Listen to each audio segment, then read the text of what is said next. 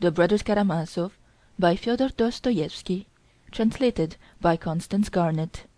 Book 12, Chapter 8, A Treatise on Smerdyakov. To begin with, what was the source of this suspicion?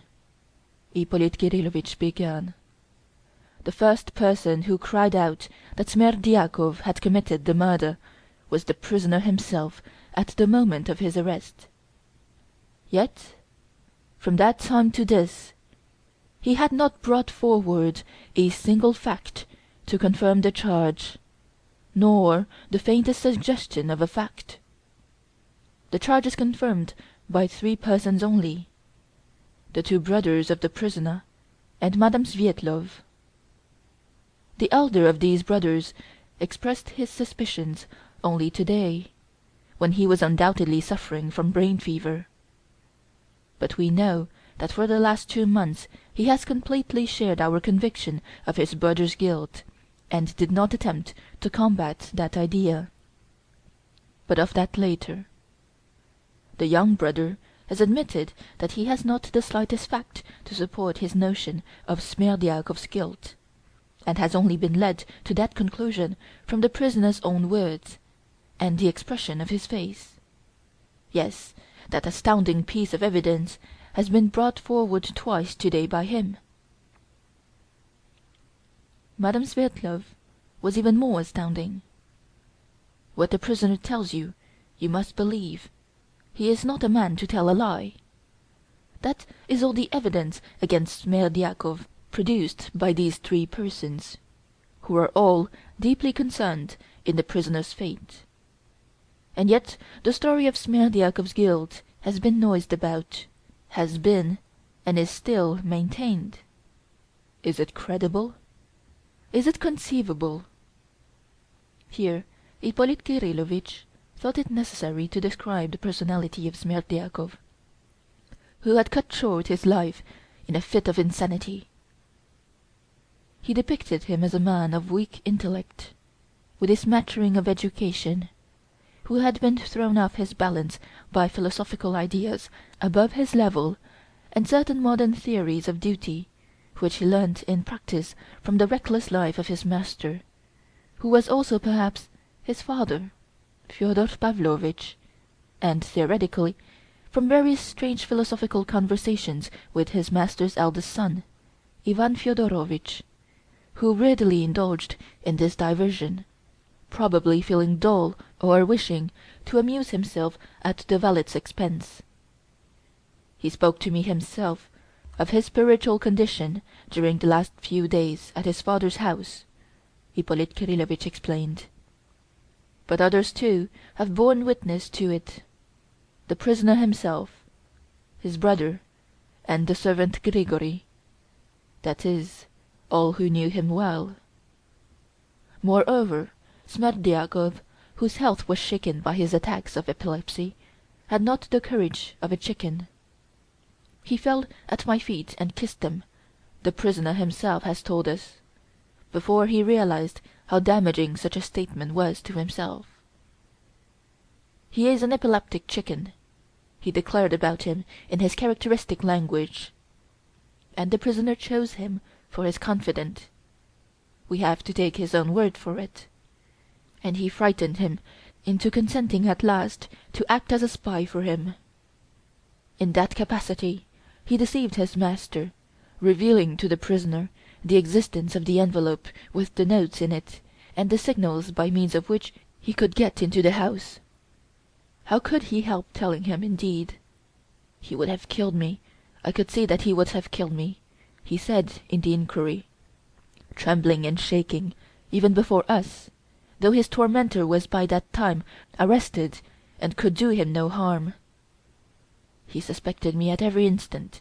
In fear and trembling I hastened to tell him every secret to pacify him, that he might see that I had not deceived him and let me off alive. Those are his own words. I wrote them down, and I remember them. When he began shouting at me, I would fall on my knees. He was naturally very honest, and enjoyed the complete confidence of his master. Ever since he had restored him some money he had lost. So it may be supposed that the poor fellow suffered pangs of remorse at having deceived his master, whom he loved as his benefactor. Persons severely afflicted with epilepsy are, so the most skilful doctors tell us, always prone to continual and morbid self-reproach. They worry over their wickedness. They are tormented by pangs of conscience, often entirely without cause. They exaggerate and often invent all sorts of faults and crimes. And here we have a man of that type, who had really been driven to wrongdoing by terror and intimidation. He had, besides, a strong presentiment that something terrible would be the outcome of the situation that was developing before his eyes. When Ivan Fyodorovitch was leaving for Moscow just before the catastrophe, Smerdyakov besought him to remain, though he was too timid to tell him plainly what he feared. He confined himself to hints, but his hints were not understood.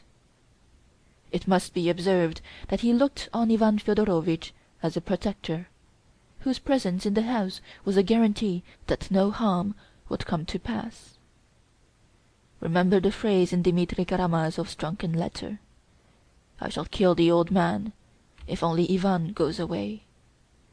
So Ivan Fyodorovitch's presence seemed to everyone a guarantee of peace and order in the house. But he went away, and within an hour of his young master's departure, Smerdyakov was taken with an epileptic fit. But that's perfectly intelligible. Here I must mention that Smerdyakov, oppressed by terror and despair of a sort, had felt during those last few days that one of the fits from which he had suffered before at moments of strain might be coming upon him again. The day and hour of such an attack cannot of course be foreseen, but every epileptic can feel beforehand that he is likely to have one. So the doctors tell us. And so, as soon as Ivan Fyodorovitch had driven out of the yard, Smerdyakov, depressed by his lonely and unprotected position, went to the cellar. He went down the stairs wondering if he could have a fit or not, and what if it were to come upon him at once. And that very apprehension, that very wonder, brought on the spasm in his throat that always precedes such attacks, and he fell unconscious into the cellar. And in this perfectly natural occurrence people tried to detect a suspicion, a hint that he was shamming an attack on purpose. But if it were on purpose, the question arises at once, what was his motive? What was he reckoning on? What was he aiming at? I say nothing about medicine. Science, I am told, may go astray. The doctors were not able to discriminate between the counterfeit and the real. That may be so, but answer me one question. What motive had he for such a counterfeit? Could he, had he been plotting the murder, have desired to attract the attention of the household by having a fit just before? You see, gentlemen of the jury, on the night of the murder there were 5 persons in Fyodor Pavlovitch's. Fyodor Pavlovitch himself. But he did not kill himself, that's evident. Then his servant, Grigory. But he was almost killed himself. The 3rd person was Grigory's wife, Marfa Ignatyevna. But it would be simply shameful to imagine her murdering her master. 2 persons are left, the prisoner and Smerdyakov. But if we are to believe the prisoner's statement that he is not the murderer, then Smerdyakov must have been, for there is no other alternative, no one else can be found. That is what accounts for the artful, astounding accusation against the unhappy idiot who committed suicide yesterday. Had a shadow of suspicion rested on anyone else, had there been any 6th person, I am persuaded that even the prisoner would have been ashamed to accuse Smerdyakov, and would have accused that sixth person, for to charge Smerdyakov with that murder is perfectly absurd. Gentlemen, let us lay aside psychology, let us lay aside medicine, let us even lay aside logic. Let us turn only to the facts, and see what the facts tell us. If Smerdyakov killed him, how did he do it? Alone, or with the assistance of the prisoner? Let us consider the first alternative, that he did it alone. If he had killed him, it must have been with some object, for some advantage to himself. But not having a shadow of the motive that the prisoner had for the murder, hatred, jealousy, and so on, Smerdyakov could only have murdered him for the sake of gain, in order to appropriate the 3,000 roubles he had seen his master put in the envelope. And yet he tells another person, and a person most closely interested, that is the prisoner, everything about the money and the signals, where the envelope lay, what was written on it, what it was tied up with, and above all told him of those signals by which he could enter the house. Did he do this simply to betray himself, or to invite to the same enterprise one who would be anxious to get that envelope for himself? Yes, I shall be told, but he betrayed it from fear. But how do you explain this? A man who could conceive such an audacious, savage act, and carry it out, tells facts which are known to no one else in the world, and which, if he held his tongue, no one else would have guessed. No, however cowardly he might be, if he had plotted such a crime, nothing would have induced him to tell anyone about the envelope and the signals, for that was as good as betraying himself beforehand. He would have invented something. He would have told some lie if he had been forced to give information, but he would have been silent about that. For, on the other hand, if he had said nothing about the money, but had committed the murder and stolen the money, no one in the world could have charged him with murder for the sake of robbery, since no one but he had seen the money, no one but he knew of its existence in the house. Even if he had been accused of the murder, it could only have been thought that he had committed it from some other motive. But since no one had observed any such motive in him beforehand, and everyone saw, on the contrary, that his master was fond of him and honored him with his confidence, he would of course have been the last to be suspected. People would have suspected first the man who had a motive, a man who had himself declared he had such motives, who had made no secret of it. They would, in fact, have suspected the son of the murdered man, Dmitri Fyodorovitch. Had Smerdyakov killed and robbed him, and the son been accused of it, that would, of course, have suited Smerdyakov. Yet are we to believe that though plotting the murder, he told that son Dmitri about the money, the envelope, and the signals? Is that logical? Is that clear? When the day of the murder planned by Smerdyakov came, we have him falling downstairs in a faint fit. With what object? In the first place, that Grigory, who had been intending to take his medicine, might put it off and remain on guard, seeing there was no one to look after the house, and in the second place, I suppose that his master, seeing that there was no one to guard him, and in terror of a visit from his son, might redouble his vigilance and precaution. And most of all, I suppose that he, Smerdyakov, disabled by the fit, might be carried from the kitchen, where he always slept, apart from all the rest, and where he could go in and out as he liked, to Grigory's room at the other end of the lodge, where he was always put, shut off by a screen 3 paces from their own bed. This was the immemorial custom established by his master and the kind-hearted Marfa Ignatyevna, whenever he had a fit.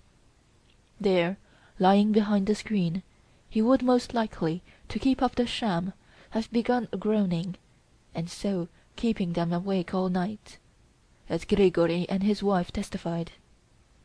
And all this we are to believe that he might more conveniently get up and murder his master. But I shall be told that he shammed illness on purpose, that he might not be suspected, and that he told the prisoner of the money and the signals to tempt him to commit the murder, and when he had murdered him he had gone away with the money, making a noise, most likely, and waking people. Smerdyakov got up, I am to believe, and went in. What for? To murder his master a second time and carry off the money that had already been stolen. Gentlemen, are you laughing? I am ashamed to put forward such suggestions. But incredibly as it seems, that's just what the prisoner alleges. When he had left the house, had knocked Grigory down and raised an alarm, he tells us Smerdyakov got up, went in, and murdered his master and stole the money.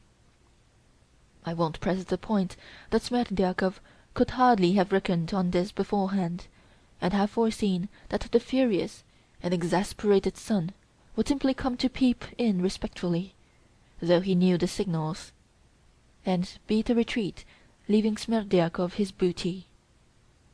Gentlemen of the jury, I put this question to you in earnest. When was the moment when Smerdyakov could have committed his crime? Name that moment, or you can't accuse him. But perhaps the fit was a real one.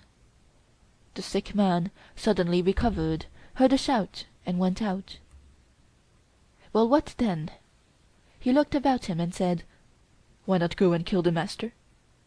And how did he know what had happened, since he had been lying unconscious till that moment? But there's a limit to these flights of fancy. Quite so, some astute people would tell me. But what if they were in agreement?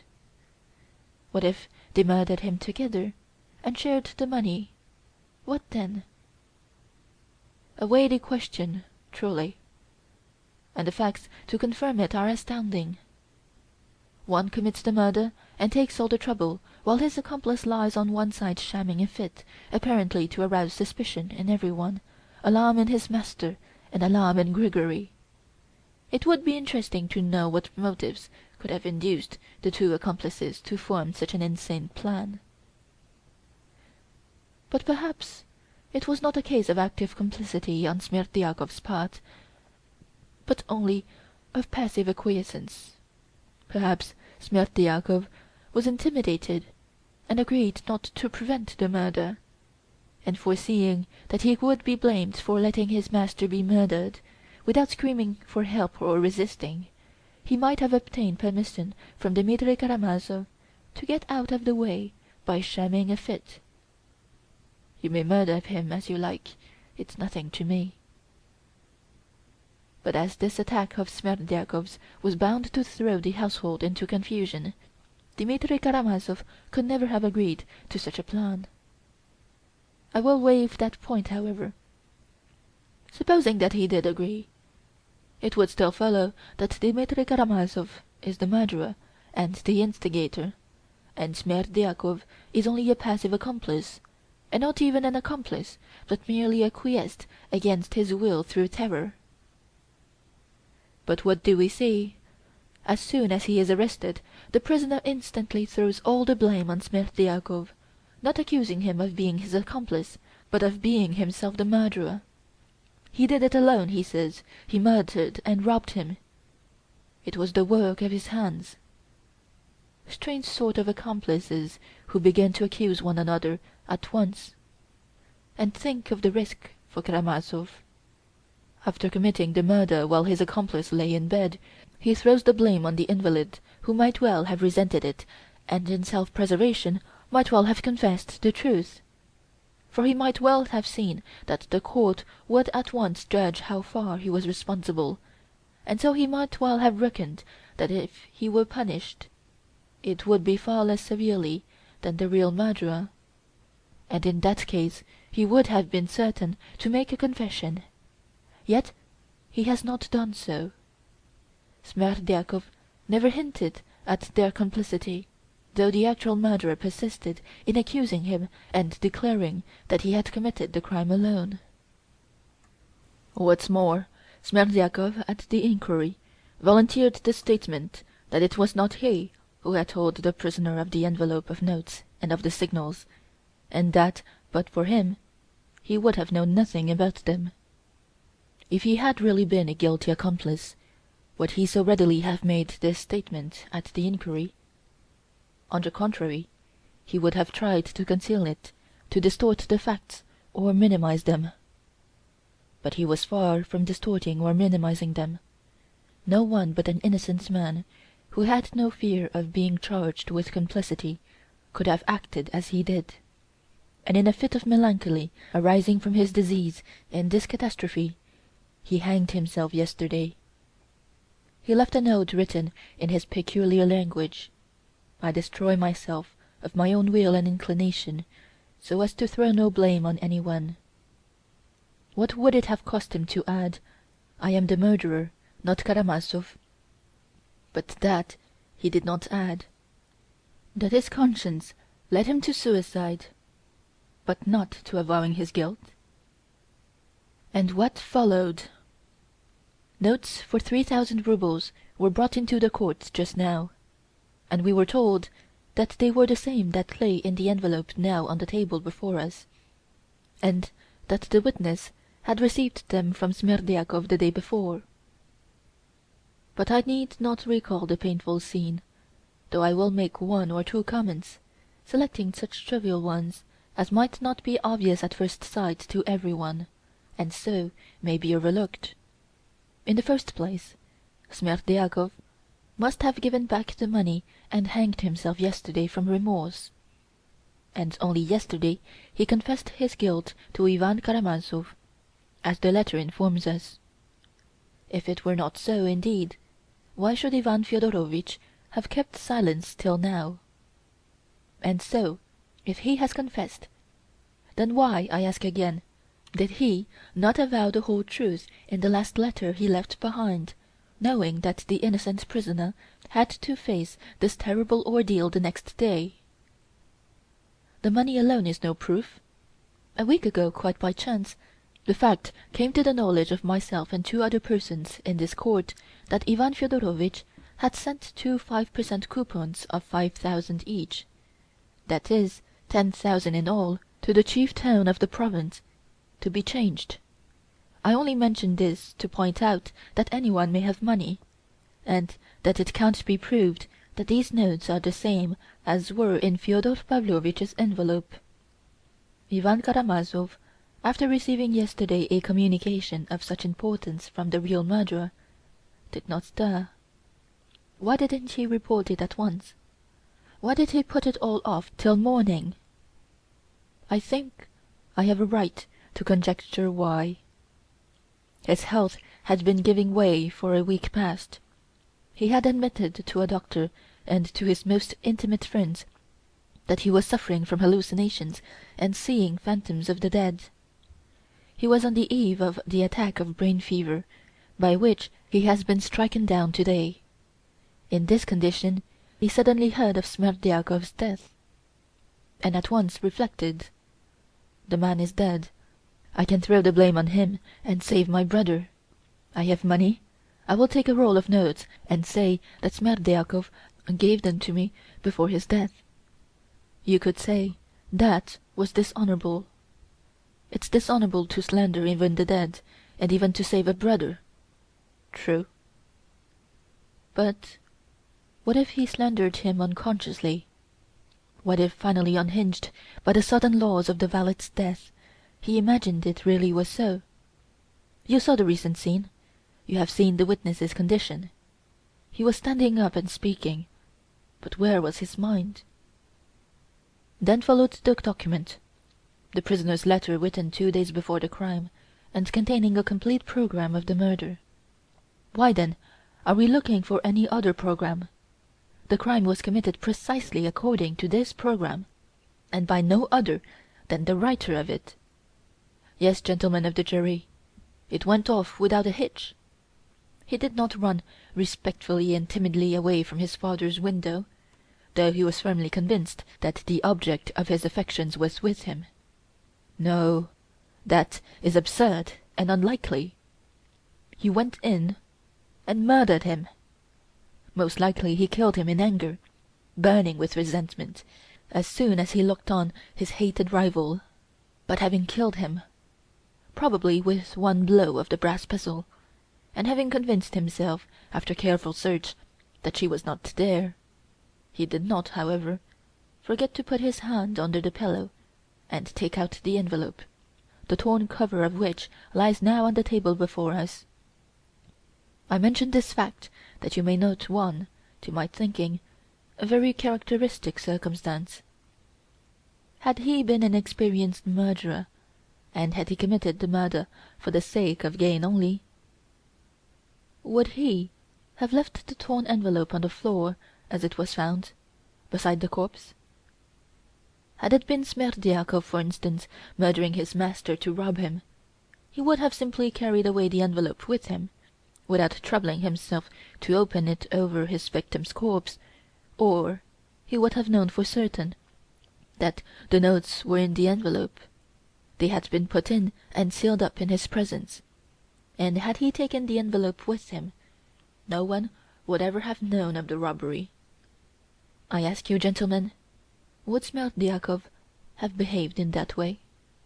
Would he have left the envelope on the floor? No, this was the action of a frantic murderer, a murderer who was not a thief, and had never stolen before that day, who snatched the notes from under the pillow, not like a thief stealing them, but as though seizing his own property from the thief who had stolen it. For that was the idea which had become almost an insane obsession in Dmitri Karamazov in regard to that money, and pouncing upon the envelope, which he had never seen before, with the money in his pocket, even forgetting to consider that he had left an astounding piece of evidence against himself in that torn envelope on the floor. All because it was Karamazov, not Smerdyakov. He didn't think, he didn't reflect. And how should he? He ran away. He heard behind him the servants cry out. The old man caught him, stopped him, and was felled to the ground by the brass pestle. The prisoner, moved by pity, leapt down to look at him. Would you believe it? He tells us that he leapt down out of pity, out of compassion, to see whether he could do anything for him. Was that a moment to show compassion? No. He jumped down simply to make certain whether the only witness of his crime were dead or alive. Any other feeling, any other motive, would be unnatural. Note that he took trouble over Grigory, wiped his head with his handkerchief, and, convincing himself he was dead, he ran to the house of his mistress, dazed and covered with blood. How was it he never thought that he was covered with blood and would be at once detected? But the prisoner himself assures us that he did not even notice that he was covered with blood. That may be believed, that is very possible. That always happens at such moments with criminals. On one point they will show diabolical cunning, while another will escape them altogether. But he was thinking at that moment of one thing only. Where was she? He wanted to find out at once where she was, so he ran to her lodging and learnt an unexpected, an astounding piece of news. She had gone off to Mokroe to meet her first lover. End of chapter 8 of book 12.